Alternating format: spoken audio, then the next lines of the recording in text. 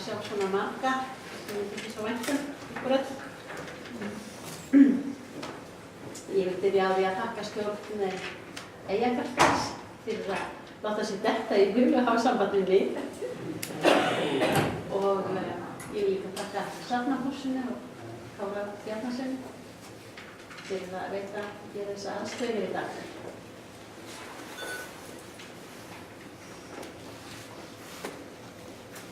Já, ég heiti Guðrún Bjarnarsdóttir og ég fædd 1955. Vestmannaeyjar, þær töldu 48 jarðir, svo kallaðar kóngsjarðir, þar á meðal Þorleifsgerði, sem var ein 7 jarða í ofanleitisgirðingunni, sem umkringdi pressetrið að ofanleiti. Þá ætla ég að færa mig hér yfir og sýna ykkur þetta á myndinni. Ég er svolítið kennslukona í eðli mínu, skamma alveg fólk. Hér er sem sagt mynd sem að naumhyggjumálarinn Kristinn Áskarsson að Miðhúsum málaði á 7. áratug síðustu aldar og sýnir okkur ofanleitisgirðinguna eins og hún blasti við honum þá. Ég ætla að byrja á því að nefna þá pressetrið á ofanleiti sem er miðpunkturinn. Þar norður af er jörðin Norðurgarður sem var tvíbýli. Hér er síðan Gvendarhús sem að tilheyrði ofanleitishjáleigunni. Hér er Brekkuhús sem einnig tilheyrði hjáleigunni. Draumbær er hér handan Steinstaða, tilheyrði einnig ofanleitishjáleigunni. Hér eru Steinstaðir, Suðurgarður sem eitt sinn var Svaðkot og tilheyrði þá ofanleitishjáleigunni og síðan jörðin Þorleifsgerði sem einnig var tvíbýli.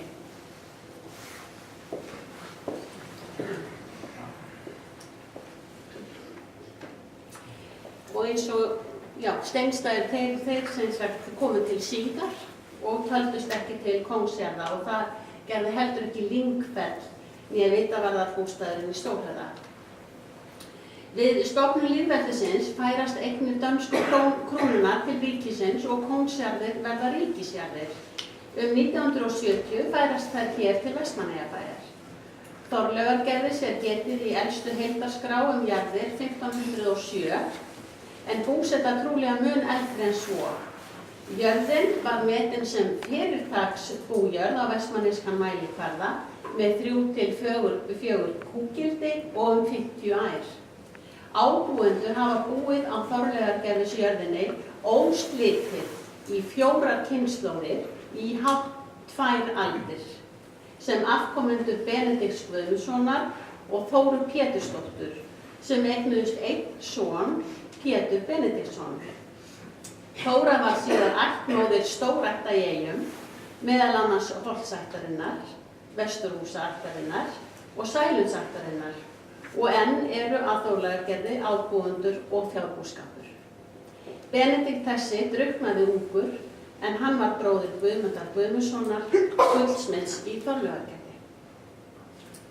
Fyrir rúmri öld reisti Jón Pétursson þá ábúandi í Þorleifsgerði núverandi íbúðarhús byggt af hlunnundum jarðarinnar, rekaviði sem rak á suðurfjörur og klárinn hans dró heim. Skip byggði hann í Kattarklettsvirkjunu. Jón þessi Pétursson tók að sér 2 ára systurson sinn, Jón Guðjónsson frá Oddsstöðum og ólst hann upp í Þorleifsgerði hjá þeim Jóni og Rósu Eyjólfsdóttur, ættaðri frá Kirkjubæ. Hann átti eftir að verða afi minn og þegar ég fæddist var hann ábúandi í Þorleifsgerði. Hann var þá nýorðinn ekkill. Kona hans og amma mín var Guðrún Jónsdóttir frá Suðurgarði sem lést 47 ára gömul 1953 og skildi eftir sig eiginmann, 19 ára dótturina og móður mína, Ingibjörgu, og 11 ára soninn og móðurbróðir minn, Sigurgeir, auk uppeldisdótturinnar Önnu Oddgeirs frá ofanleiti. Guðrún amma mín var ein Suðurgarðssystkinanna, var systir Margrétar, konu Árna Jóð Jónsen, Sigurgeirs Fjallamanns og Jóhanns, sem við hér í Eyjum þekkjum sem tengdaföður Hreiðars Ársælssonar, fótboltaþjálfara IBVF á 7. áratugnum. Móðir mín, Ingibjörg Jónsdóttir, flutti með mig sem unga barn inn á heimili föður síns í Þorlaugargerði ásamt kærastanum, Garðari Arasyni frá Akureyri, sem komið hafði hingað á vertíð og kynstir. Afi minn og foreldrar mínir ólu mig upp og komu mér til manns, auk annarra áhrifavalda, meðal annars Svölu frænku minnar í Suðurgarði og Sigurgeirs móðurbróður minn. Frá Þorlaugargerði sést til allra átta. Við blasa úteyjarnar Suðurey, Hellisey, Súlnasker, Geldungur, Brandur, Álsey, Geldfuglasker og Surtsey, en Þorlaugargerði eystra eina byggða bólið á Heimaey, þaðan sem sést til eyjarinnar og í vestri smá eyjar. Gamalgrónar reglur, hefðir og kvaðir fylgdu leigumála á hómsjörðunum sem ábúendum var skylda til að hlýta og kallaði á samheldni og samtakamátt. Leigumálin tók mið af þeirri útey þar sem aðalhlunnendur voru til fuglaveiðar, eggjatöku og hagaveiðar, auk sömu hlunnenda á heimalandinu. Þorlaugargerði hafði sín aðalhlunnendi í Elliðaey, víða á heimalandinu, í Hellisey og Súlnaskeri. Hlunnindi náðu einnig til sölvatínslu á Sölvaflá og til rekaveiðar í Brimur, Garðsenda og Víkinni.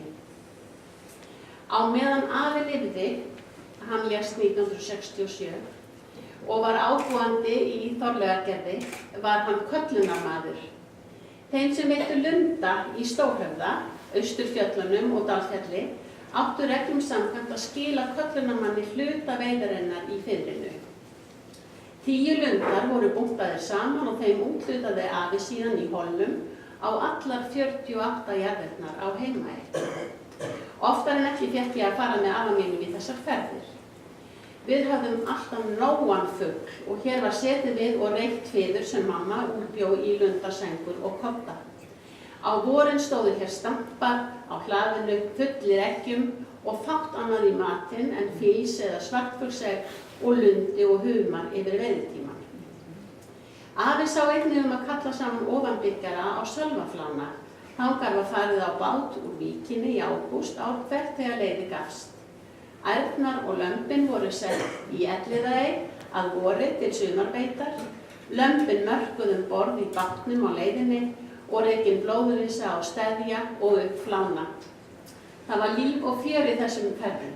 Þarna voru samankomnir margir bræður og venslafólk afa frá Oddsstöðum sem var ættaróðal mömmu í föður og frá Kirkjubæjunum og þetta voru öll hinn mestu partí í Jón. Öll hlunnendi og nytjar í Bjarnarey tilheyrðu 8 jörðum fyrir ofan hraun, þar á meðal Suðurgarði sem var ættaróðal móðurfjölskyldunnar minnar. Með frændum mömmu, þeim Siffa og Súlla, sonum Árna og Margrétar í Suðurgarði, gekk pabbi til liðs við Bjarnareyjafélagið og var þar bæði í lundaveiði og eggjatöku. Í Bjarnarey var ég með fjölskyldunni í bóng og blíðu á Pikiníi miðjan júlí 1968 þegar vatnið kom til Eyja, en það átti eftir að dragast nokkuð þar til lindarvatnið streymdi úr krönum ofanbyggjara. Búskapur var stundaður á flestum jörðum fyrir ofan hraun á meðan ég var að alast upp, kýr í fjósum, hænsn á flestum bæjum og nokkuðum fé. Afi var fjárbóndi og skipasmiður eins og forfeður hans. Samhliða stunduðu jarðarbændur aðra atvinnu ýmist til sjós eða í landi. Fólkið í kringum mig hafði tröllatrú á því sem jörðin gefur til matar og á villtum jurtum til lækninga. Þá var kálgarður sjálfsögð breyta í ráðdeild hvers ábúanda á jörðunum. Ofanbyggjarar voru sennilega hipsterar löngu áður en hugtakið var til. Í Þorlaugargerði hefur það ekki breyst nema síður sé. Kartöflur frá Stórhöfða útsæðinu, rófur og gulrætur fylla þar enn rófukofa að hausti, salat, rabarbari og hvönn, skorin margoft og grænkál í desum framundir jól. Saft á flöskum, piklis og sultutau á krukkum. Við tínum viltarjurtir, sötrum beiskseiði og sæt blóðbergsti á sumarkvöldum í glóandi sólarlögum vesturheimsins, fjarri heimsins glaumi. Ofanbyggjarar umgengust fremur sparlega að öllu jöfnu og í raun lítill hversdagslegur samgangur á milli bæja. Heimilin, lífssýn og lífsafkoma var harla mismunandi og hver átti nóg með sitt. En það var samt alltaf vinátta og samgangur við Svölu frænku í Suðurgarði og góður kunnskapur var við Vitaverðin í Stórhöfða. Í dag búa 3 frændur á sömu torfunni með sínum mökum. Árni Óli í Suðurgarði, Sigurgeir í Gvendarhúsi og Árni á Höfðabóli og frænka þeirra Ingibjörg í Þorlaugargerði. Guðfinnur frændi Árnanna keypti Steinsstaði, heimilishald í Brekkuhúsi, Draumbæ, Norðurgarði og við Ofanleiti. Í heiminum innan ofanleitisgirðingarinnar voru og eru öll heimsins gæði, hvernig sem á litið, og heimurinn bæði lokaður og opinn í senn. Tengsl voru á milli allra 48 jarðanna og við bæjarlífið. Móðir mín, hún vann til dæmis á símstöðinni og hún var líka hjá Jónu á Berg. Og faðir minn var í Kaupfélaginu. Og afi minn, hann var hjá Gunnari Marel í Slippnum. Og líka vegna skyldleika milli jarðanna. Svoleiðis voru tengsl Þorlaugargerðis sterk við Suðurgarð, Gvendarhús, Landlist, Oddsstaði, Kirkjubæina, Sælund, Búastaði og á Miðhúsum, hjá Kristni, málara, bjó Finna frá Þorlaugargerði. Margir bæjarbúa höfðu aldrei komið suður á eyju og fannst ofanbyggjarar jaðra við annan þjóðflokk. Okkur fannst við ósköp venjuleg. Upphaflegi inngangurinn inn í ofanleitisgirðinguna var í gegnum norðurhliðið neðan Norðurgarðs. Á heimleiðinu og barnaskólanum gekk í stundum gömlu traðirnar sem lágu meðfram ofanleitistúngörðunum heim að Þorlaugargerði. Flugvöllurinn hafði verið lagður til vesturs, eins og sjá má á myndinni, yfir Fiskikletta, norður af Þorlaugargerði og austan ofanleitis. Það var áður en ég fæddist, en aðeins talaði þá sem hinn fagra horfna heim. Í urðinni við flugvallarendan var mikið á sprengjuvír sem ég saknaði. Í eitt skipti lágu peningaseðlar þar á dreif í gjótunum. Kom ég heim með fullar hendur fjár. Málið var aldrei til lykta leitt. Svona gat maður nú dottið inn í reyfarakennda Wallander tilveru. Nema enginn var hér Wallander. Mamma myndi mig daginn á stað sem hét Ástöðli og var austan ofanleitis. Túnslétta innan Steina sem var frábær frjálsíþróttastaður í hennar tíð. Þá voru kýrnar á ofanleiti reknar austur í ofanleitisheiði og heim á Stöður, þar sem þær voru mjólkaðar og síðan reknar aftur í heiðina. Jarðfall var á einum stað, nyrst í heiðinni. Það hryllilega var að jörðin hafði gleypt eina þessara kúa. Það var ástæðan fyrir því að við ofanbyggjarbörnin máttum alls ekki fara að jarðfallinu, en auðvitað gerðum við það. Við sátum sem dáleit við barm þessara undirheima í heiðinni, góndum ofan í gín ófreskunar og hlustuðum eftir bauli í löngu liðinni kúrni. Við storkuðum forinninni með fortölum og köstuðum í takt hennar grjótknullungum sem hljóðlaust féllu í botnlaust gínjarðar. Einnig létum við tælast fram á Hamarsbrún af bústnum krækiberjum í ofanleitishrauninu að fornbóðnum undirheimum í sprungum á ystu nöf. Af þessum sprungum máttum við alls ekki fara, en auðvitað gerðum við það. Sjógstunur og illkveli undirheimana settu til sín ofanbyggjarbörn í berjamót. Í klettunum kringum Þorlaugargerði var fullyrt að byggja álfar og huldufólk. Okkur unga fólkinu var bent á að stugga ekki við þeim stöðum á nokkurn hátt. Álagablettur var í Suðurgarðstúninu niðri við Rúst, þar skyldi ekki slegið. Í Steinstaðahólnum var sögð mikil álfabyggð og þar loguðu ljós. Fullyrt var að illt litist af ef gengið væri á hlut huldufólksins. Dæmi voru að kýr dræpust í fjósum og heilsumissi manna. Við hræddumst þó ekki huldufólkið. Aftur á móti var ég svo hrædd við olnbogadrauginn að mamma mín og Nýja í Suðurgarði gengu iðulega á móti mér með vasaljós ef myrkur var og leiddu mig heim og eða bekkjarfélagar mínir gengu með mér upp fyrir Olnboga. Magnaðasti staðurinn var þó í ofanleitistúninu. Þar voru þúfur sem kallaðar voru unur og voru völvuleiði úr heiðni og þar var grafinn gullöxi. Undir engum kringumstæðum mátti hrófla við þeim. Við krakkarnir drógumst að ununum, settumst af stundum á bak skáldafáksins sem spretti úr sporinu okkur inn í ævintýraland. Á sumarkvöldum var verið í leikjum og íþróttum langt fram á nótt.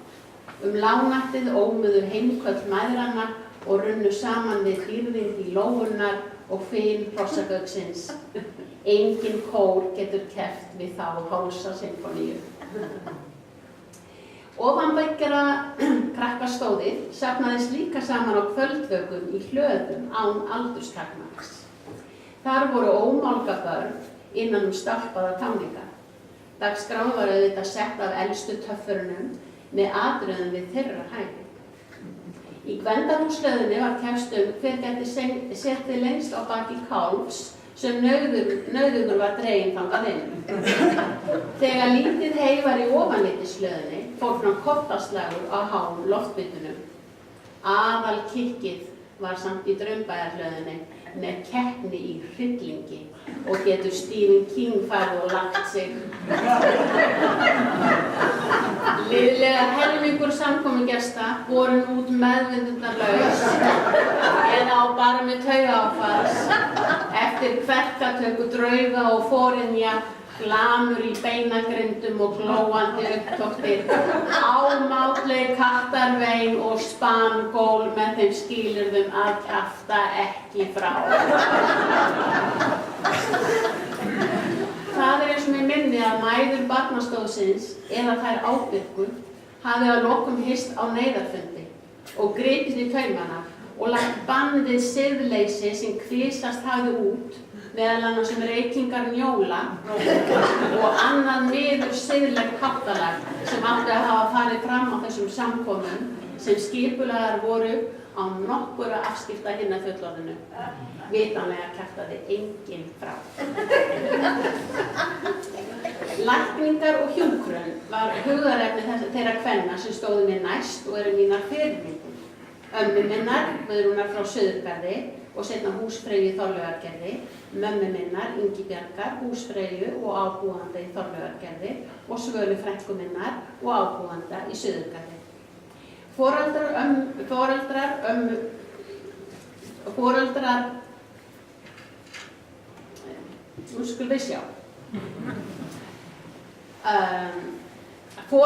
ömmu og afi og amma, mömmu og Svölu voru læknar af Guðs náð. Í eftirlátnum munum langömmu minnar, Ingibjargar í Suðurgarði, voru bíldur og horn, lækningatæki sem þau hjón höfðu notað við lækningar og blóðtökur. Lækningarnar höfðu þau lært af Guðmundi, föður Jóns, á Vaðmúlastöðum í Landeyjum og eftir hans lækningatól sem varðveitt eru hér á Byggðasafninu. Amma mín og mamma erfðu þessa hæfileika og frænkur hennar, Áslaug, dóttir Margrétar í Suðurgarði, og Selma, dóttir Margrétar í Gvendarhúsi, systir Guðmundar í Landlist, og þær menntuðu sig í hjúkrun, en Guðmundur læknir þessi var langa við þeirra allra. Fanney Ármannsdóttir á Kirkjubæjarbrautinni frá Þorlaugargerði, kona Sigurðar Jóelssonar frá Sælundi, kunni skil á lækningajurtum sem uxu á eynni og útbjó fíntúrur, meðal annars af njólarót. Evlalía Nikulásdóttir, einsettu kona frá Móhúsi á Kirkjubæ, andaðist háöldruð hjá Guðjóni langafa mínum á Oddsstöðum skömmu eftir aldamótin 1900. Evlalía var annáluð lækningakona. Hún blandaði snyrst úr villtum jurtum, skeljum og krabba sem rak á fjörur og blandaði með fílafeiti og hjúkraði holdsveikum syni sínum. Karlarnir og fyrirmyndirnar, afi minn Jón Guðjónsson í Þorlaugargerði, langafi minn, eða öllu heldur langömmubróðir minn Jón Pétursson í Þorlágargerði og langafi minn Guðjón Jónsson á Oddsstöðum voru annálaðir hægleiksmenn á tré, skipasmiðir, afburða fjalla- og sigamenn og allra lunda veiðimanna slingastir. Og ekki má gleyma Sigurgeiri ömmubróður mínum í Suðurgarði, einum fræknasta fjallamann Íslands. Pabbi minn og bróðir minn Friðrik hafa einnig verið liprir með lundaháfinn og Friðrik fimur sem fuglinn í bjarginu. Pabbi minn Garðar Arason, ábúandi í Þorlágargerði, flinkur verslunarmaður, kominn af eyfirskum verslunararfi og móðurbróðir minn Sigurgeir Jónsson í Gvendarhúsi afburða kennari, fær rithöfundur og íslenskumaður. Nokkuð eftirsótt var að kvikmynda okkur ofanbyggarakrakkana, þó það væri löngu fyrir kvikmyndaævintýri á borð við Game of Thrones. Nýlega fannst í útlöndum kvikmynd af björtum ungmeyjum á Íslandi sem enginn kunni skil á. Hófst á mikil leit sem endaði hér í Vestmannaeyjum. Í ljós kom að þetta voru álfkonulíkar systurnar í Draumbæ í Blómabrekkunni og sunnanbolan bærðist í ljósum lokkum og sumarkjólum. Bæta má við að eitt sinn vorum við Friðrik bróðir minn send eftir mjólkurbrúsanum við afleggjarinn á Brekkuhúsi. Líf okkar ofanbyggjarakrakkanna gekk nefnilega mikið út á sendiferðir á milli bæja. Eftir að kúabúskap var hægt heima í Þorlágargerði fengum við mjólk frá kúnum hennar Eljar í Brekkuhúsi. Við vorum þreytt á að þurfa að burðast með brúsan og þar sem Gilli frændi í Suðurgarði, bróðir Svölu, hafði smíðað forláta kassabíl handa honum bróður mínum, fannst honum tilvalið að nota hann sem mjólkurbíl líka. Við komum okkur síðan fyrir með brúsan í kassabílnum við afleggjarinn á Brekkuhúsi og stímdum niður Gvendarhúsbrekkuna, fram hjá huldufólkinu í Herdísarhólnum og beygðum inn á afleggjarinn heim. En þá ber að Ameríkanar við kvikmyndatökuvél sem höfðu séð til okkar.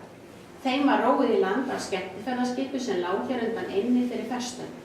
Með handapati og grettum vorum við látin skilja að þeir vildu festa senuna á filmu með því að við endurtækjum ferðina. Við vorum alveg til í það. Friðrik dró bílinn upp með brekkuna meðan ég staulaðist með fullan brúsan. Við sátum á nýju tilbúin í kakkanum með brúsan og svo kom ræs frá könunum. Drekinn skreið af stað og þar sem við vorum í mynd ákvað bróðir minn að gera þetta með stæl og ég setti upp dulúðuga brosið. Oft velti lítil þúfa þungu hlassi. Steinn hljóp í eitt hjólið með þeim afleiðingum að bíllinn steyptist á hliðina, við systkinum féllum í rykið og sátum eftir í mjólkurpolli. Kvikmyndateymið yfirgaf okkur alsælt við nokkrum bandaríkjadölum ríkari en skiluðum heim tómum brúsa til mömmu. Þetta var sem sagt Hollywoodmyndin Casablanca með Friðriki Bogart og Gunnu Bergman. En bíðum við samt eftir frumsýningunni.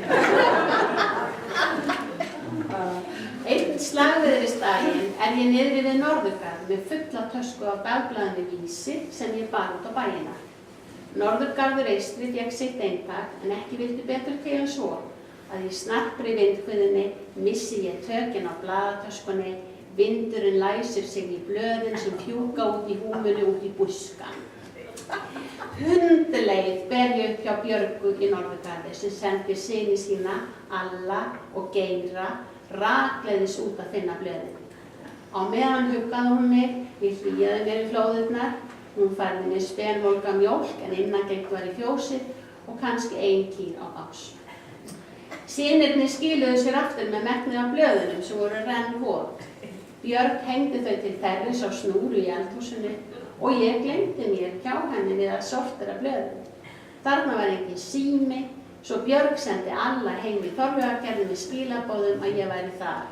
Ótakt var að senda mig út í óveðrið. Þar kom að afi minn besti sótti mig á vinningsjeppanum.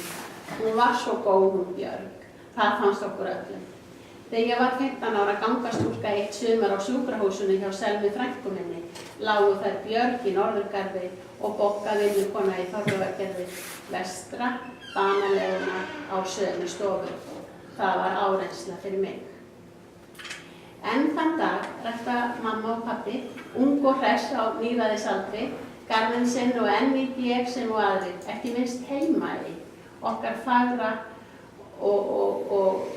ekki minnst Heimaey okkar fagra, njóta góðs af eljusemi og natni foreldra minna á jörðinni Þorlágargerði þar sem þau eru ábúendur og stunda fjárbúskap af annálunum, myndarskap og snyrtimennsku í samræmi við gamlar hefðir og þær kvaðir sem fylgja ábúð á jörðinni. Í Þorlágargerði eru tún og hólar fanngræn og í góðri rækt. Hér er arfleifð forfeðranna haldið á loft. Er það von okkar fjölskyldunar að svo verði til eilíðar nóns. Mér langar til að minnast nokkura forna ofanleitisgirðingarinnar á 8. og 9. áratugnum, heimar sem eru fjarri sjónum okkar. Norðurgarður eystri, Norðurgarður vestri, pressetrið að ofanleiti, kirkjugarðurinn að ofanleiti, friðlýstur af Matthíasi Þórðarsyni, þjóðminjaverði, húsagarðurinn að ofanleiti, kringum Svalbarða, brunnurinn að ofanleiti, vatnsból og ofanbyggjara, Gvendarhús og litla Gvendarhús, Draunbær. Það sem bindur mig við eyjarnar eru manneskjurnar, þið, foreldrar og fjölskylda, arfleifð feðranna og náttúran. Hingað kem ég eins oft og ég get til að tanka lífsorkuna fyrir ofan hraun, tankana úr einstakri birtunni og öllu því góða sem mín eyjahjörtu hafa gefið mér gegnum í lífið. Að lokum ljóðræna sem kom til mín þegar ég tók saman þetta erindi.